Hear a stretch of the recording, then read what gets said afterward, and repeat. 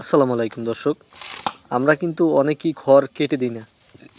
তো কেটে না দেওয়ার কারণে কিন্তু প্রচুর পরিমাণ খড়গুলো গরু খায় কিছু, তার চেয়ে বেশি নিচে ফালাইয়ে কিন্তু পাড়ায়। ওই খড়গুলো যেটা পাড়ায় ওইটা কিন্তু আর গরুতে খায় না।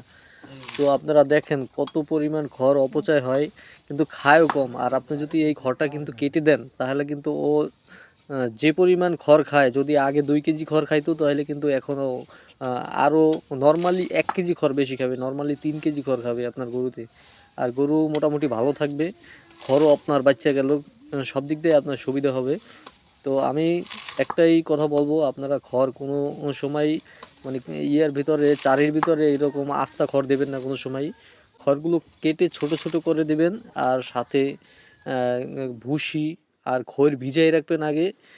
ওই যে ভিজানোর যে পানিটা, ওইটা সম্পূর্ণ এইটার ভিতরে মিক্স করে দেবেন খড়ের ভিতরে।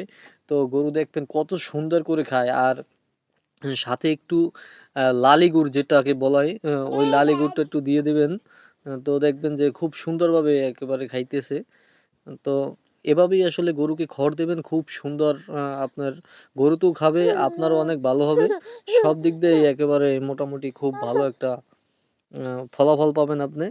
তো আমি সবাইকেই বলব, আপনি অন্তত একটু কষ্ট করে ২-১ বার দিয়ে দেখেন যে কত মানে আপনার গরুগুলো কত সুন্দর করে খায়, এবং আপনার কতটা খড় বাইচ্চা যায় আপনার।